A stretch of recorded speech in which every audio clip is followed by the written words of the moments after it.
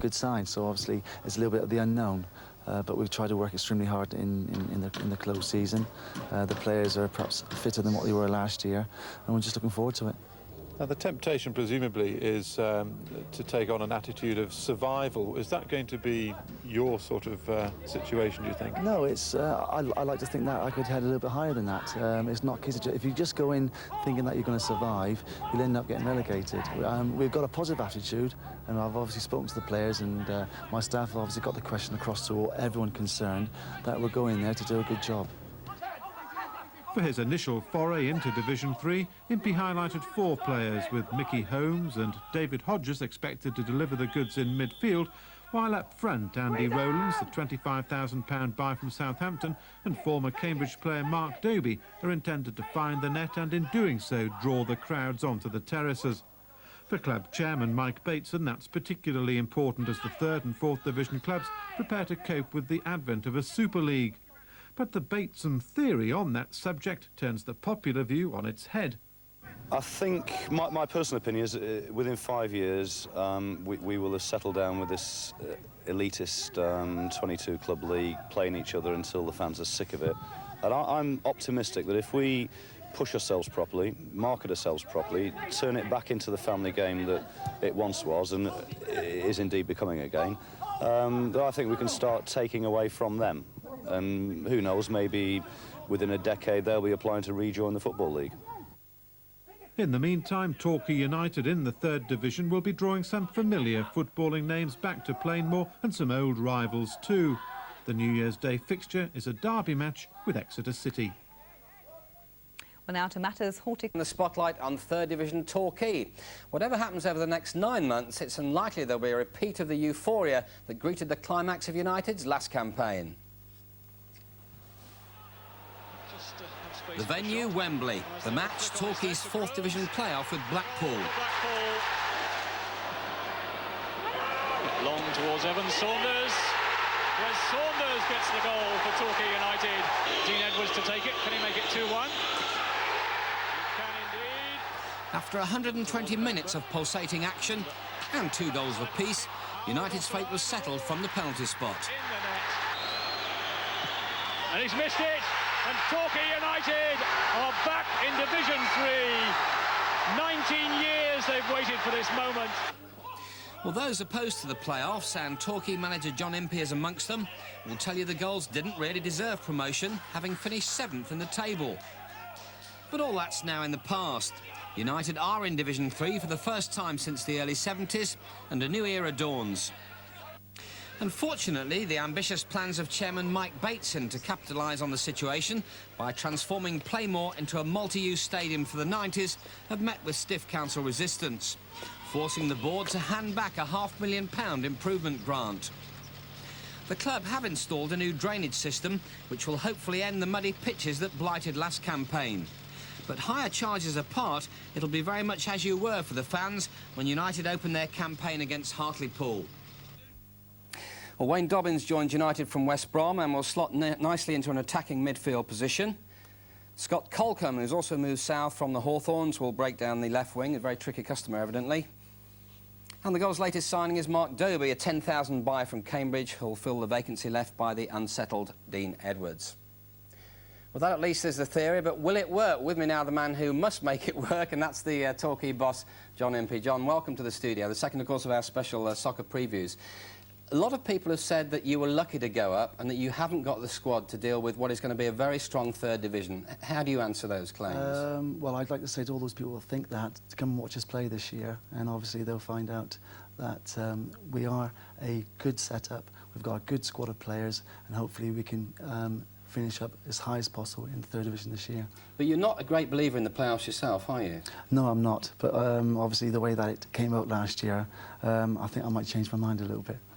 Do you think that Dave Smith got enough credit for taking the side to the position that they were at when you took over? I mean, a lot of people have mentioned the fact that he seemed to disappear very quickly. Do you feel that he helped at least to half-build that side? Yes, of course. I came into it, you know, fairly late in the season, and I had about 10 games to prove that we were good enough.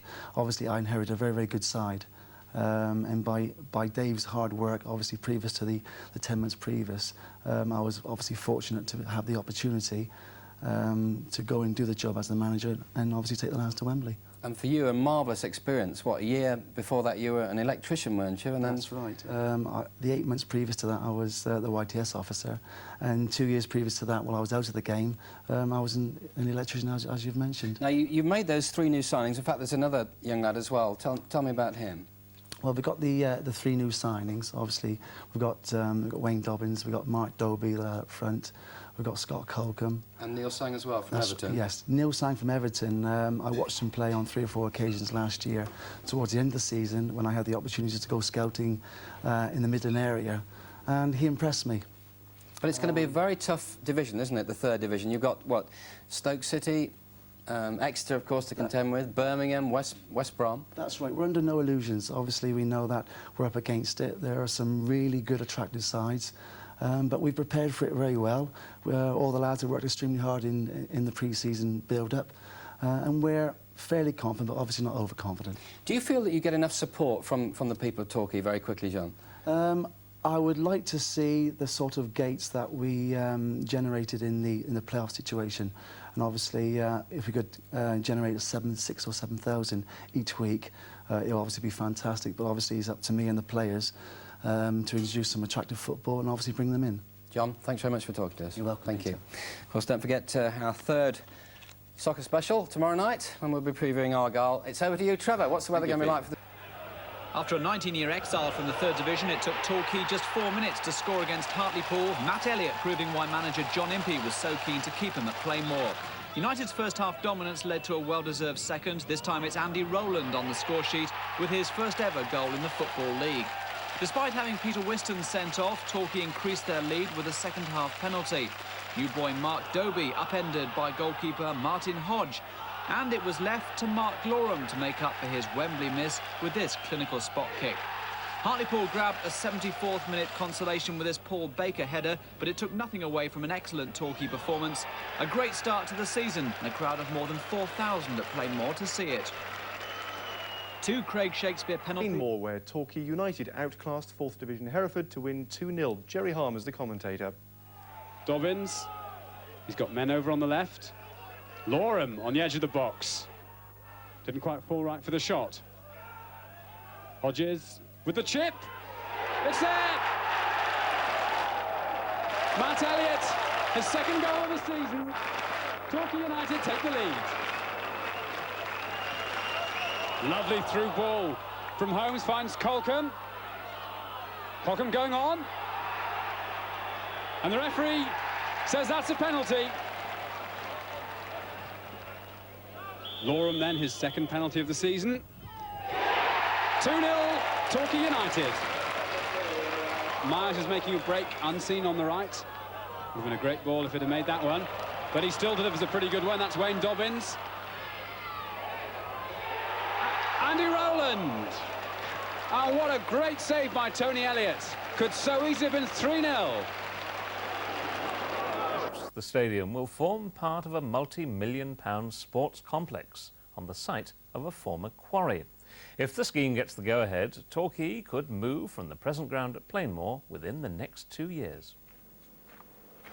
If club chairman Mike Bateson gets his way, Torquay United could soon be playing their matches at Aller Quarry, just off the main Torquay to Newton Abbot road. Mr Bateson today revealed plans to buy the 70-acre site and to build a sports complex fit for the 21st century. But such an ambitious project couldn't be confined to football alone. Well, we start off with the basics, obviously a football stadium, which with one of the sort of top-class pitches on there could be used for another sport, maybe rugby. Athletics, obviously, is the biggest single thing I think we have a crying need for in this area. Indoor tennis courts, it goes on, really. Any sport that really can pay for itself is welcome to approach us. But while he waits for support from other sporting organisations, Mr Bateson's already keen to set the ball rolling. We're about to commission the Sports Ground 2000 consortium to do a feasibility study on it. Subject really, I'm just waiting for their initial report, which I should get in the next 10 days. As soon as we've got that, we'll give the go-ahead for a full report and take it from there. Even if the feasibility study is favourable, it's likely to be some time before Torquay can move from their present ground at Plainmoor. I think we've got to be saying we're looking at 2 years minimum. 5 years is probably more like it. But hopeful that it will go ahead. Yeah, but I must emphasise at this stage, I'm not going to do cartwheels for it. We've got to get the people who want the facilities on the site have got to come forward pretty quick and identify themselves, and then we'll go forward together. But I mean, Torquay United isn't going to, for example, build an athletics track, because that's not our business. We're in football, and we could conceivably carry on at Plainmoor. It's just that it would be better for all concerned if we had a brand new stadium and a far more accessible site. Torquay didn't enjoy the plastic at Preston. Confusion in the goals defence as Graham Shaw nipped in to send this chip over the stranded Gareth Howells. Shaw was back in action to lay on Preston's second 15 minutes into the second half. His right-wing cross falling to Lee Ashcroft, who saw his low shot deflected into the United net. The home side rounded off their flattering 3-0 win with this Nigel Greenwood goal 5 minutes from time. Question marks again about the quality of United's defending, but no doubting the quality of Greenwood's finishing. Well, good luck to Devon's cricketers who are going to Exeter on Tuesday, but no such problems for Torquay United. They set up a money-spinning second-round tie by knocking out Hereford last night. Despite their 2-0 first-leg advantage, Torquay found it hard going at Edgar Street. The home side pulled a goal back with a 16th-minute penalty. Peter Whiston, the offender, and John Narbert giving Gareth Howells little chance. Hereford could have scored again, but the decisive goal came at the other end. Matt Elliott heading home a Chris Myers free kick to give Torquay a 3-1 aggregate lead. In the second half, Andy Theodosou scored Hereford's second, but it couldn't stop the goals reaching the next round and this mouth-watering tie. Number 22. Oldham Athletic. Number 61. Will play Torquay United. Well, the first leg of that big tie takes place. It's another week of turmoil then at Exeter City Football Club. The comings and goings mean that Alan Ball's options for team selection are limited, to say the least. Two of his starting 11 have been told they can leave the club, number 7 Darren Rowbottom and number 11 Gary Marshall. Ken O'Doherty plays in the centre of defence with Scott Daniels. It's Exeter's fourth defensive partnership in that position in their opening 6 games, and news in the past few hours of an Exeter signing. Gary Chapman has joined today from Notts County. And quite a night for 17-year-old Toby Redwood from Newton Abbot. He makes his debut for Exeter at left-back. Torquay's treatment room has resembled a hospital waiting area in recent weeks, but things are easing at long last on the injury front. John Uzell is returned to the fray. He plays at left-back, with Paul Holmes at right-back. Chris Myers and Mark Lorham, despite wearing 2 and 3 respectively, will play in midfield. Peter Whiston returns to the centre of Torquay's defence. He missed Saturday's game at Fulham through suspension, but yesterday went on the transfer list at his own request. And it's Exeter City to get the 79th Devon derby between the two sides underway. Exeter have won 32 of those, Torquay 23. There have been 23 draws, and it's Exeter in the stripes, playing from left to right in the first half.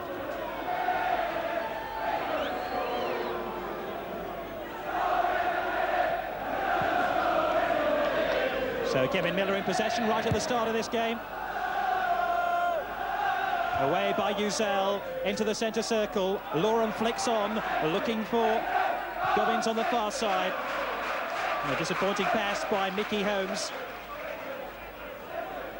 Throw in then to Exeter.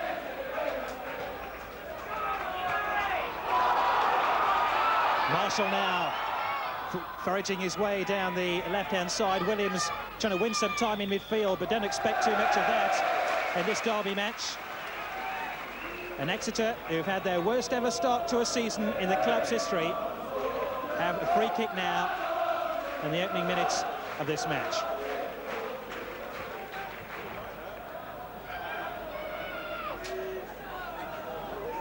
Steve Williams then, Bends this one in. Away by Chris Myers.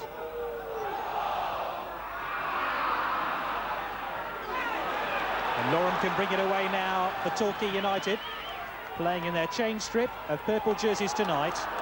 The through ball by Sean Joyce, not particularly accurate. And here's Kevin Miller.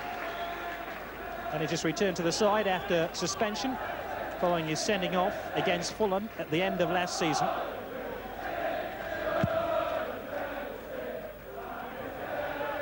Myers gets it clear. Lorem. Wayne Dobbins.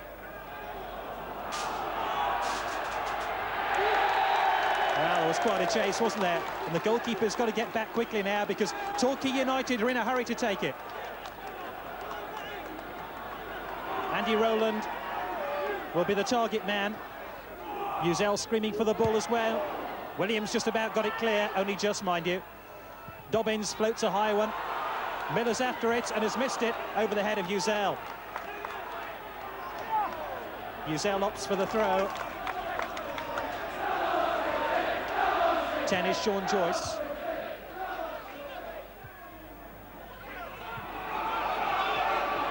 And just as you'd expect, this derby being played at frenetic pace, as Uzel has it for Torquay. Very crowded in midfield in these opening stages. And Scott Daniels turns it back to Kevin Miller, who's let in 10 goals now in his last 2 matches. They'll be keen to keep a clean sheet tonight.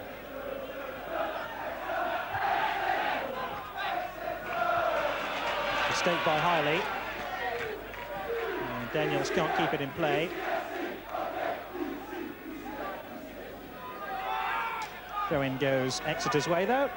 A chance just to calm it all down.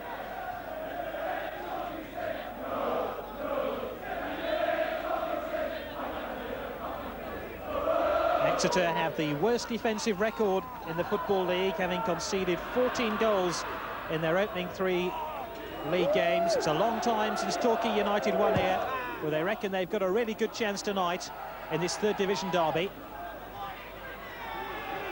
Joyce, Uzel.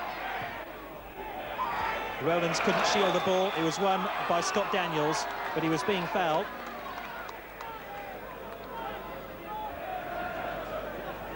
That play has been brought back for an offside. And Torquay United have the free kick. Torquay United, of course, back in Division 3 for the first time in 19 years. And their fans have penciled this date in their diary a long, long time ago. This meeting with Exeter City. And here's Moran. Elliott. Kelly in sternly. And there always a good deal of electricity in the air when these two sides play.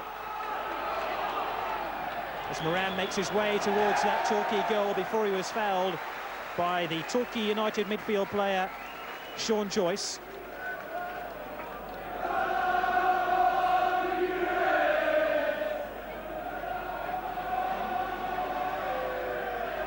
Williams takes a free kick.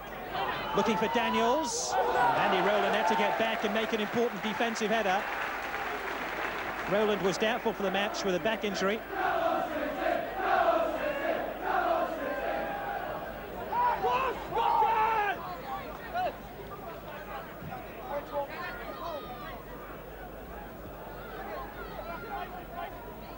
Williams then with the corner. Out by Elliott. Lovely turn by Lorem.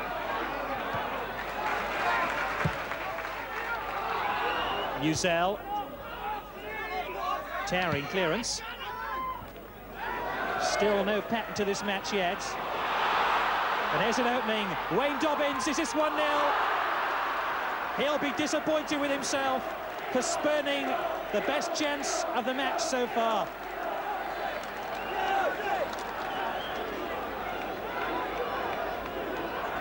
There he is, Wayne Dobbins, the £25,000 signing from West Bromwich Albion, who nearly scored his first goal for the club.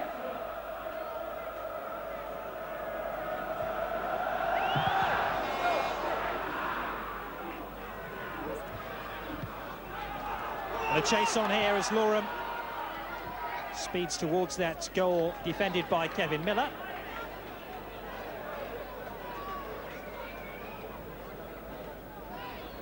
And Miller, as is the custom these days, rolling the ball well outside his penalty area, looking for Rowbottom. The man has been told he can leave St James Park.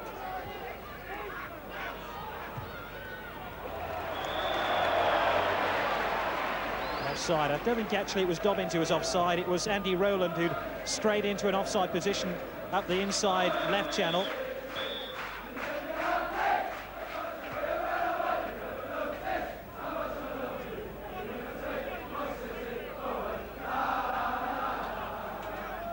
Here's the young man making his debut tonight, Toby Redwood, with a free kick for Exeter City. Early stages of this match, it's 0-0.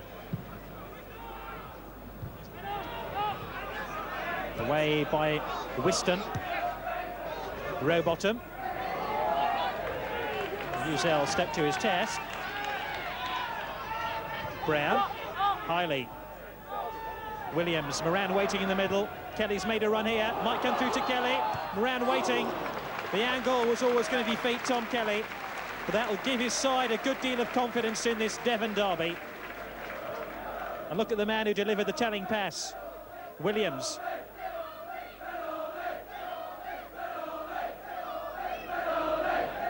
Captain leading by example. He was quoted on the back page of the local newspaper this afternoon, saying his side were a disgrace in their opening 5 games. 5 matches, 5 defeats. And their fans hope that that run stops here against Torquay United.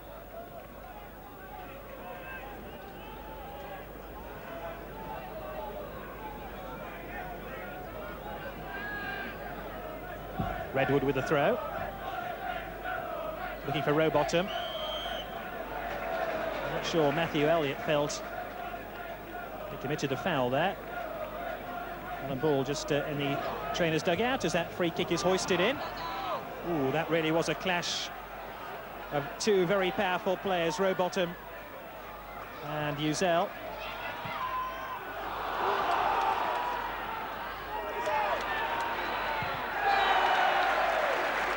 Hiley did well to force that one out of play. He was under a good deal of pressure, Scott Hiley there. Product of Exeter's youth policy. And now Mickey Holmes has got a chance to throw one of these long throws inside the box. Looking for Loram. Elliott's there as well.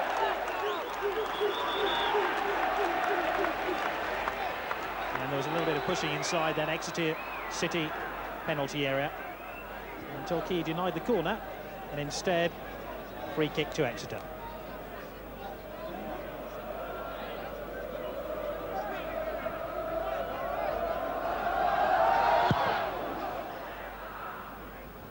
Marshall flicks it on, looking for Rowbottom here. Well, it's an ambitious ball to Brown, to say the least. And Paul Holmes turns it back to his goalkeeper.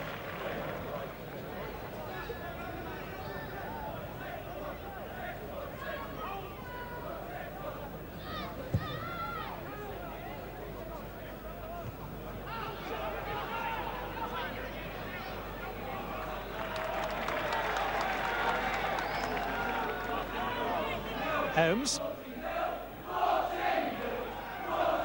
Joyce, who was fouled, and another free kick to Torquay United. Torquay have lost their last 3 matches. Those against Preston, Hereford and Fulham. And I wonder what Alan Ball is thinking in the opening stages of this match. Another traumatic week at the club. 8 players have been placed on the transfer list. 2 have left inside the last 24 hours. And news today that Gary Chapman has signed from Notts County to lead the Exeter City attack.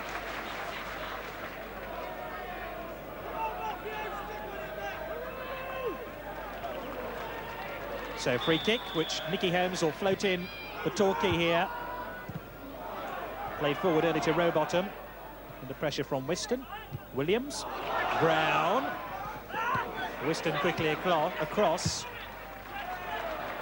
And stabbed up that left-hand side by Uzel, but with no great accuracy.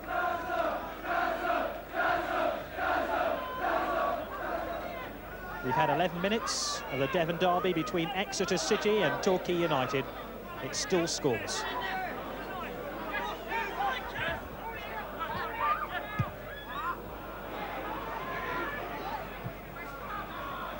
Dobbins. Rowland. Oh, that was promising by Rowland.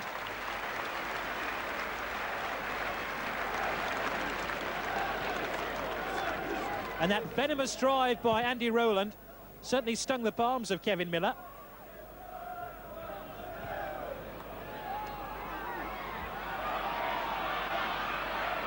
And although there's little to choose between the two teams in the opening quarter of an hour, Torquay are beginning to settle a little quicker than Exeter City.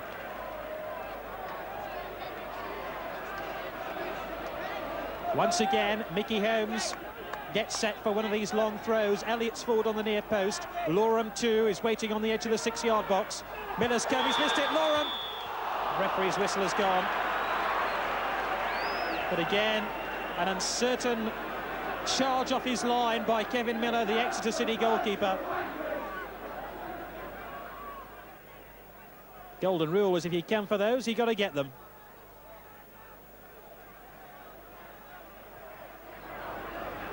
Well, Kevin Miller can afford the smile.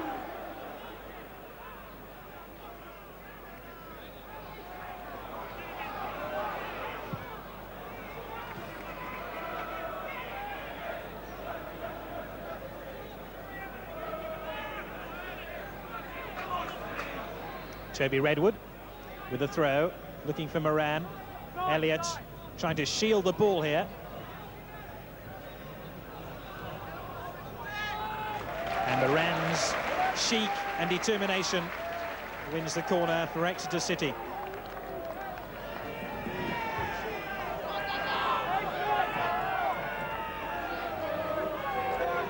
So Williams with the corner. Marshall comes to the near post. Floated up, looking for Rowbottom. Punched away by Gareth Howells. Kelly back into the danger zone.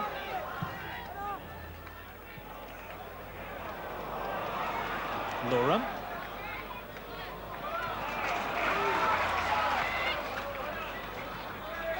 Marshall away by Whiston. There's Whiston, who put in a transfer request yesterday. And there's Saturday's defeat at Fulham through suspension.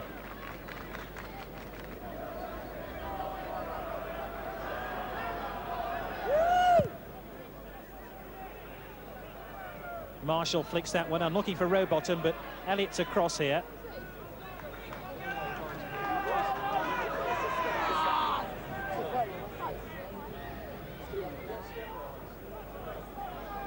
Redwood with the throw.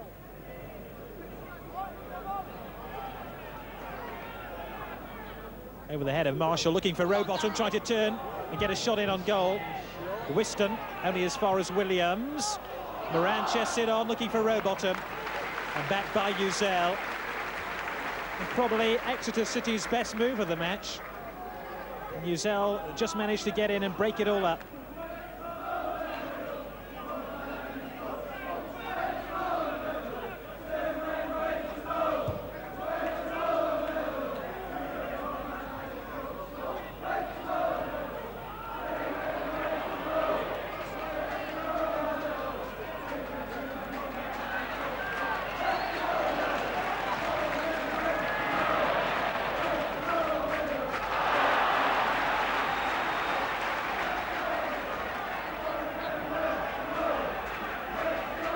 So throw in to Torquay on the far side, which will be taken.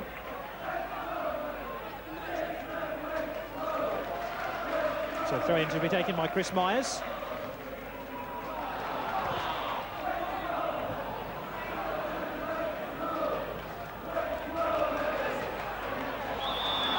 Rowland felt he'd won the ball fairly there.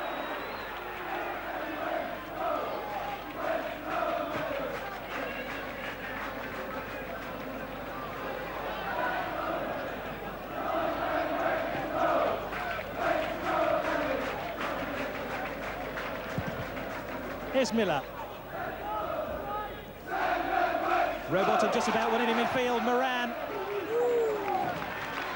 First real shot, worthy of the name, by Moran for Exeter.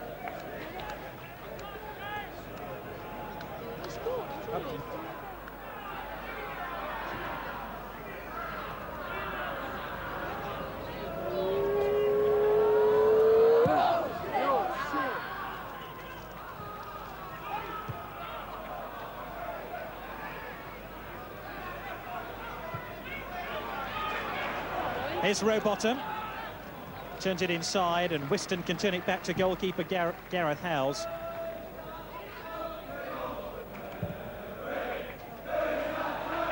Well, that's a fine through ball.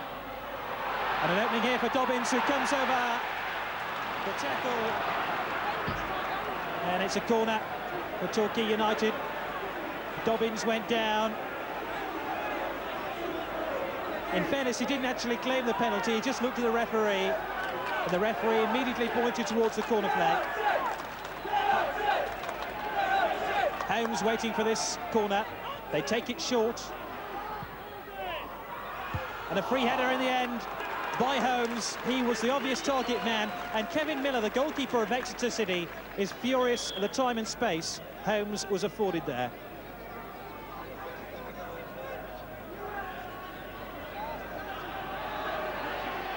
Clever move by Torquay here, Dobbins. And when this came in, nobody was with Holmes as he headed goalwards.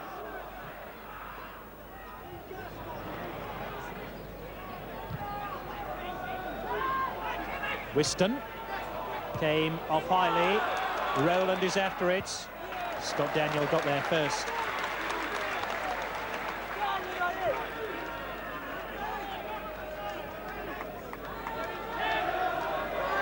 So still 0-0 after 18 minutes of the Devon derby. And Torquay pressing forward here with Whiston. An interesting ball looking for Dobbins, who's had the best chance of the game so far.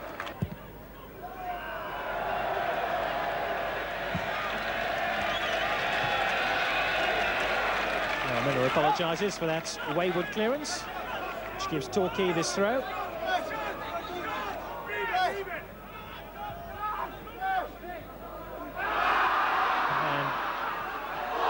Just to show that everybody's human, John Uzel with a mistake on the throw-in.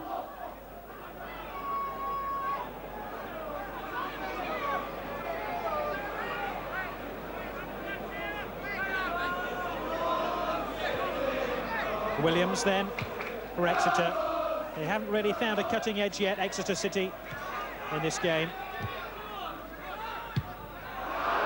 And there's an interesting ball from Mickey Holmes, looking for Dobbins on the far side. Paul Holmes comes to the return and still has possession. Joyce looking for it here. Here's Joyce inside the box, might come through to Loram, and eventually Exeter City smuggle it away for a corner.